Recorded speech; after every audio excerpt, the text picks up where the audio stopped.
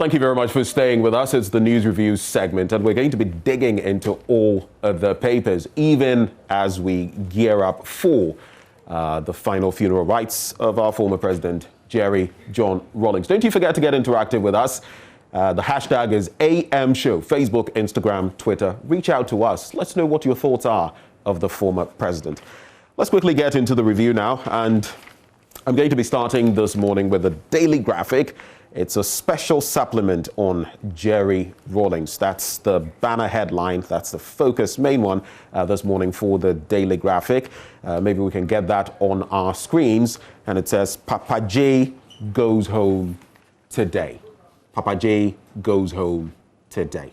It would be interesting, wouldn't it, to find out what your fondest memories are of the former president. So that story is there, and since I'm doing this alone this morning, I'm just going to dig into it right off the top. So it says, the 4-day state funeral for the late former president Jerry John Rawlings, affectionately called Papa J, reaches the final leg today with the burial service at the Black Star Square, to be followed by burial with full military honors at the new military cemetery at Burma Camp. Last Monday and yesterday, the body was laid in state at the foyer of the Accra International Conference Center for Ghanaians to pay their respects. It talks about some of the dignitaries who have passed through, current president and vice. It also talks about the ceremony today with, masses of Ghanaians going there to pay their final respects. And talking about those final rites, Mama Vio Wusu-Abaje is on hand at the Independence Square, and she's going to join us from this point. Let us know what exactly is happening there. Mama Vio, if you can hear me, what's the mood, what's the ambience at the Independence Square currently? What's happening?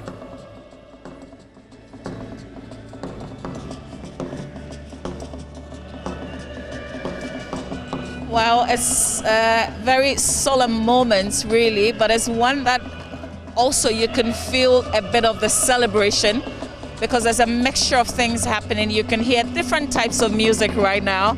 There is a choir performance, the National Symphony Orchestra, the Harmonious Choral, and the Winneba Youth Choir performing. There's also a mass band on standby. They performed a while ago. That's the Ghana Armed Forces and the Ghana Police Service combined. And as you can hear, if you can, and I hope that you can, there's also some traditional music going on. And if you check from the stand where that music is coming from, is that of the NDC party, the party that the late Jerry John Rawlings founded. It's actually a preparatory stage for this funeral. It's a bit early.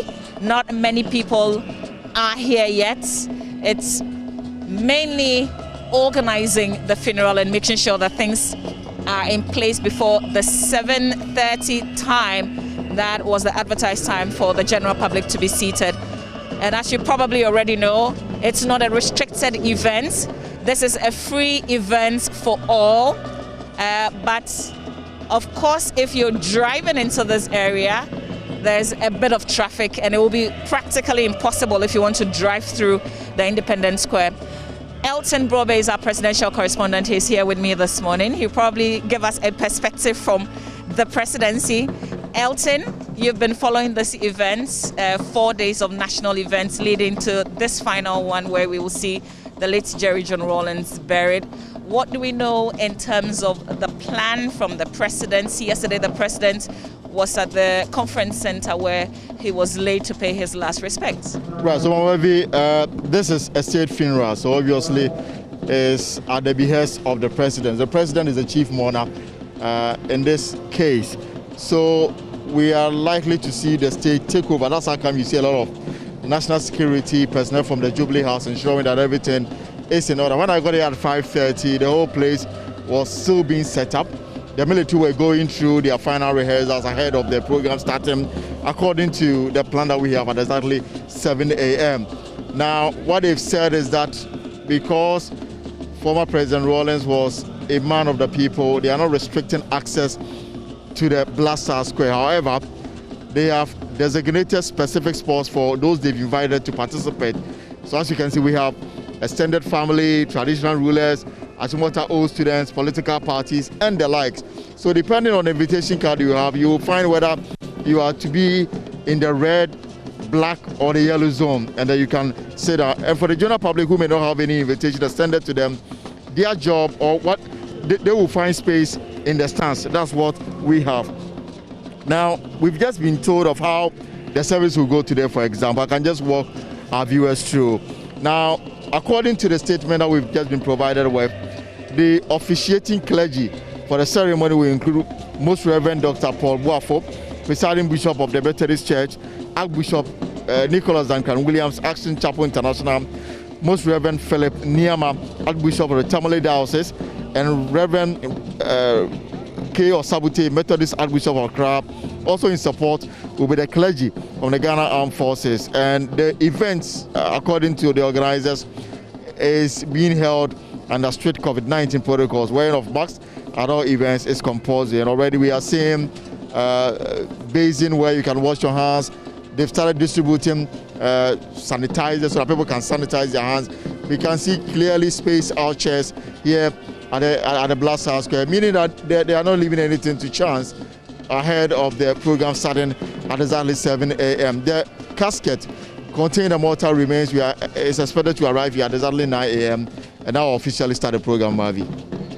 And for those who filed past for the past 2 days, they describe the state that he's in. They say the white beard that we saw in his last days, everything is intact in terms of how we saw him when he was alive just before his passing. And he also had that ceremonial armed forces uniform on. Yeah, so on I think on the first day that the body was laid in state, he was in the Air Force uniform, ceremonial Air Force uniform. Yesterday we saw a different attire on him. I do not know whether the body will be open for viewers to pay their last respect here at the Blast House Square, but clearly this is somebody who got enlisted into the Ghana Armed Forces. He became head of state through the military, later transformed into a constitutional elected leader. But what is clear is that his route in the armed forces has been respected, and that's how come you see a lot of military involvement in the organization of this event. What we are likely to see is a military ritual that will start and end today's event.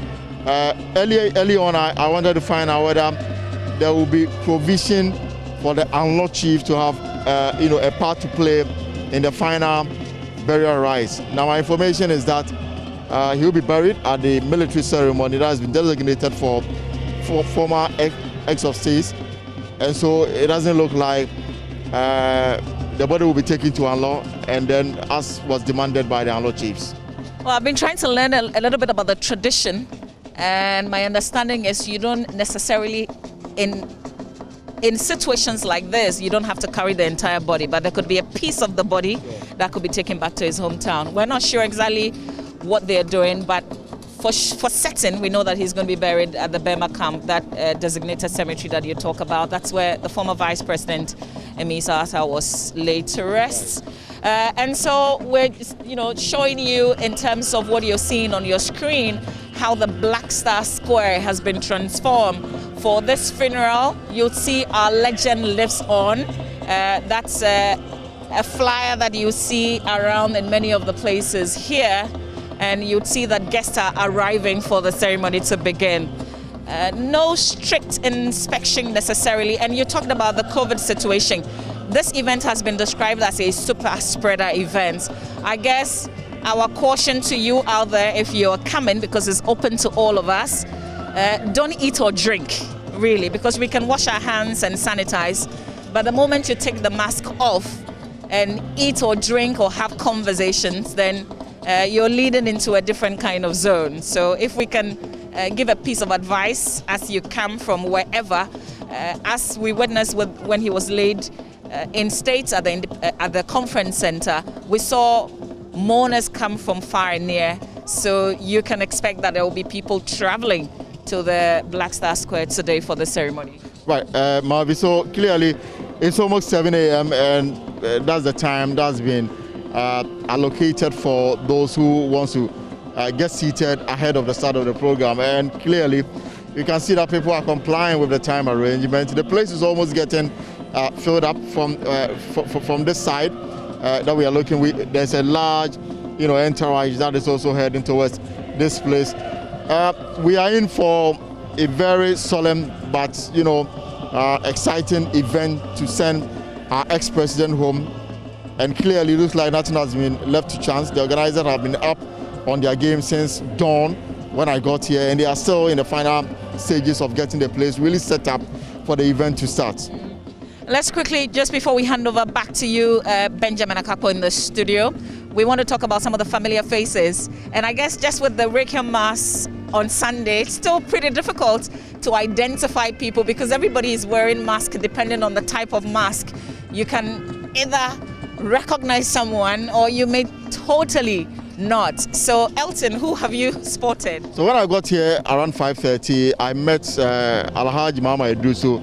He served as a defense minister for the ex-president during the military era, and also when he was elected as president in 1992. He came here as early as 5:30, and he said that he didn't want to endure Accra traffic. That's how come he left home early to be here. Apart from him, I met some old students of Achimota. According to them, they started with the ex-president during his days at Achimota Primary, and are here to pay their last respect. It's getting to 7, so I'm sure that in the minutes to follow, we are likely to see more familiar faces come here, take their seats for the program to start. As you can see, it will not be difficult to identify them because clearly the masks are clearly on the canopy. So, we aim to see and interact with them as well. Ask them their fond memories of the late president and exactly what the nation can do to preserve his legacy going forward. Absolutely. It's a solemn moment, but also one of celebratory because of the kind of man that we're sending off today. He was head of states, president head of states from 1981 to 2001 when he handed over to former President John Agyekum Kufuor. So Ben, you can come back to us, I guess, we're at the Black Star Square, and then we'll be giving you more updates as and when the event gets underway. My name is Mama Vioso Abuaja here with Elton Brobe, handing over to Benjamin Akapo in the studio.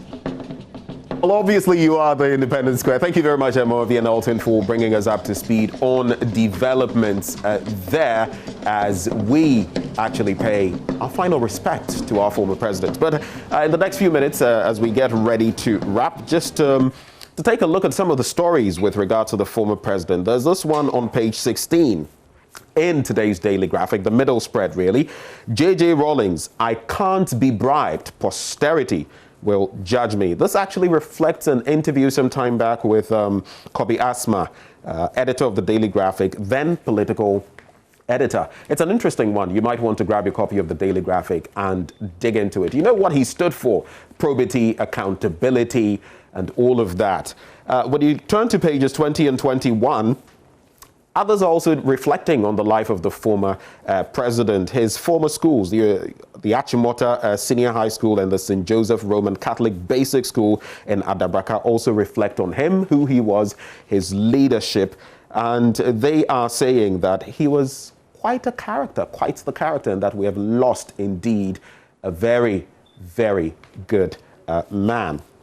The Dagbang overlord, Yana Bukari II, has also been speaking about the former president, bidding his farewell to the legendary statesman. And for Nyasingbe, the Togolese president, has also been sharing his thoughts. I'll just take a bit of that. He describes him as a firm believer in the importance of African states coming together to consolidate the foundations for sustained economic growth and shared prosperity. Don't you forget the role Rawlings played in ECOWAS and even the AU while he still was president in the Fourth Republic. So those are the major stories tied to the former president who goes home today. I'll just take a brief look at a few other papers, just the headlines, because a lot of them are reflecting the exact same. So the Ghanaian Times, though, I'll just take this story on page 3. It talks about a gory road crash in Nassau and 10 perished, 32 injured. Others, suspected to have been injured as well when the vehicle in which they were traveling got involved in an accident at Nasia in West Mamprusi municipality of the Northeast region. The accident occurred in the early hours of yesterday on the Nasia Bridge, and 2 of the victims died on the spot. I'm just reiterating this one because guess what? While we try to avoid contracting COVID and all of that, there's also that bit about reckless driving and all that. So just try to stay safe. If you have a driver who is driving, particularly at night, because that's been the allegation here, ensure that the driver is awake, because that is part of the accusation that has come up. And if you're driving yourself, just ensure that you're doing the right things following the traffic regulations. The Daily Statesman this morning, COVID-19 impact on patients worsening in Ghana. You might want to grab a copy and take a look at that story. But the GMA has been reflecting on our COVID-19 numbers. In fact, we've heard from the Director General of the Ghana Health Service. I'm talking about Dr. Patrick Kuma Abuaje. And in fact, when you go to the Daily Dispatch, he says something there. I'm just going to read a bit of it. He has been saying that 32% of persons contracting COVID-19 in the 3rd phase of infection in Ghana are falling sick, reflective of the story I just mentioned. And comparatively, he said the previous infections saw 21% of the people falling sick in June or July and in September last year when the infections were high, with the majority of them being asymptomatic, and thus cautioned Ghanaians to adhere to the safety protocols. You can read the rest from this paper, but that's where I'm going to, hold it there. Just follow the protocols. Just follow the protocols, because I keep saying, and I'll keep reiterating, you don't know who contracts this virus and survives and who contracts it and dies. You can only know when you contract it, and you don't want to be there. I'll wrap up with this one, the Business and Financial Times. It says, can the economy survive another lockdown? That's something else to contemplate, especially as we've been told that if we don't comply, we could have another lockdown. Yesterday on our platforms, we interacted with Professor Peter Quartey, director of ISA, and he shared his thoughts on some of these matters. What do you think? The hashtag is AM Show.